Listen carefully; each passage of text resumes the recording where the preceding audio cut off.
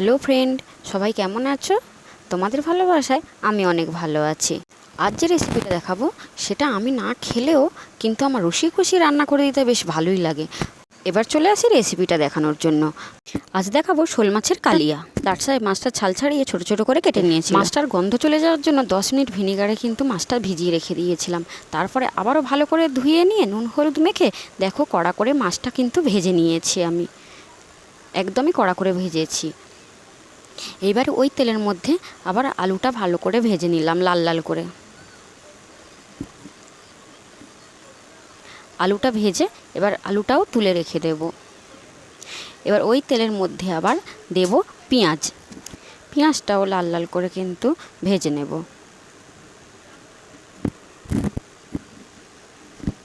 তো পেঁয়াজটা ভাজার সঙ্গে সঙ্গে দেব একটু হলুদ, তারপরে দেব একটু লঙ্কার গুঁড়ো।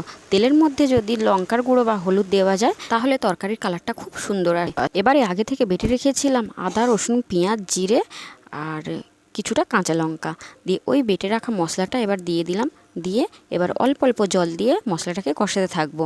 2-3 বার গরম জল দিয়ে যদি মশলাটা কষানো যায় তরকারির টেস্ট কিন্তু দ্বিগুণ হয়ে যায়। তো এইবারে মশলা থেকে তেলটা কিন্তু ছেড়ে দিয়েছে। এবার দিয়ে দেব মাছ আলু একসঙ্গে দিয়ে এবারে একসঙ্গে কষাতে থাকবো মশলার সঙ্গে।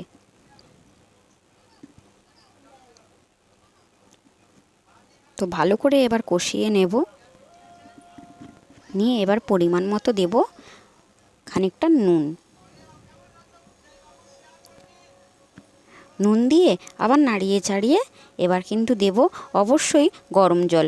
গরম জলটা দিলে তরকারিতে কিন্তু খুব ভালো টেস্ট হয়। দিয়ে দিলাম গরম জল। এইবারে গ্যাসটাকে লো ফ্লেমে রেখে ঢাকা দিয়ে রেখে দেব। খানিকক্ষণ রাখার পরে এবারে কিন্তু আমি ঢাকনাটা খুলে নেব। তো দেখো রান্না কিন্তু আমার প্রায় রেডি হয়ে গেছে। এবারে নামানোর আগে দেব গরম মশলা দিয়ে ভালো করে নাড়িয়ে নেব।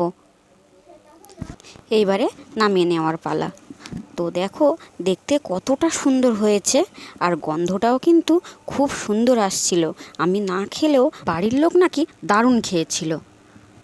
তো শোল মাছের রেসিপিটা কেমন লাগলো অবশ্যই কিন্তু কমেন্ট করে জানিও। আর ভালো লাগলে একটা লাইক আর শেয়ার করে দিও। টাটা।